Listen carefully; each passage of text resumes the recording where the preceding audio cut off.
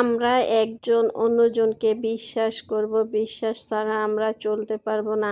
আসসালামু আলাইকুম আমার প্রিয় আপু ভাইয়ারা, কেমন আছো তোমরা? আশা করি যে যেখানে আছো ভালো আছো। আলহামদুলিল্লাহ আমিও ভালো আছি আমার পরিবারের সবাইকে নিয়ে।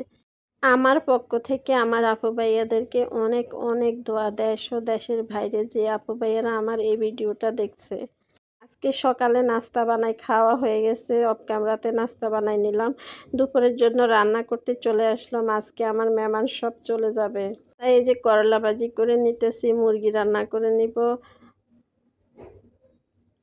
আর কচু মুখি দিয়ে মাছ রান্না করে নিব।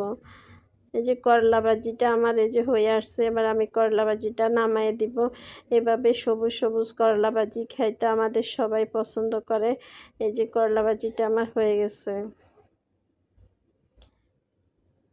এই চুলাতে আমি মুরগি বসাই দিলাম। আমার আপু ভাইয়াদেরকে যে কথাটা বলি, যারা একটা লাইক দেননি প্লিজ একটা লাইক দিয়ে দিবেন, একটা কমেন্ট করবেন। আর আমার ভিডিওগুলো যদি আমার আপু ভাইয়াদের কাছে ভালো লাগে তাহলে আমার চ্যানেলটা সাবস্ক্রাইব করে আমার পাশে থাকতে পারেন। আপনার একটা লাইক একটা কমেন্টে আমাকে সামনে এগিয়ে যেতে সাহায্য করবে। আপনি যদি ভিডিও করে থাকেন আপনার ছোট্ট একটা কমেন্টে আমি চলে যেতে পারবো আপনার কাছে। এভাবে আমরা একে অপরের পাশে থেকে সামনে এগিয়ে যেতে পারবো।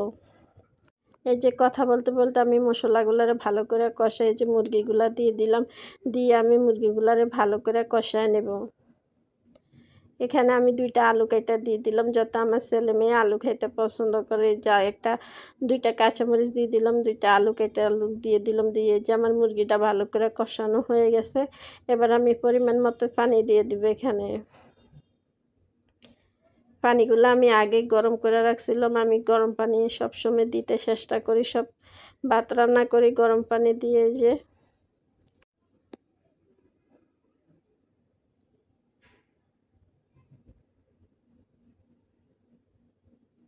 আমার ছেলে টিফিনের টাকা জমাইয়ে যে আমাদের জন্য সিঙ্গারা নিয়ে আসছে, যে রান্না করতে করতে আমরা সিঙ্গারা খাইয়ে নিতেছি।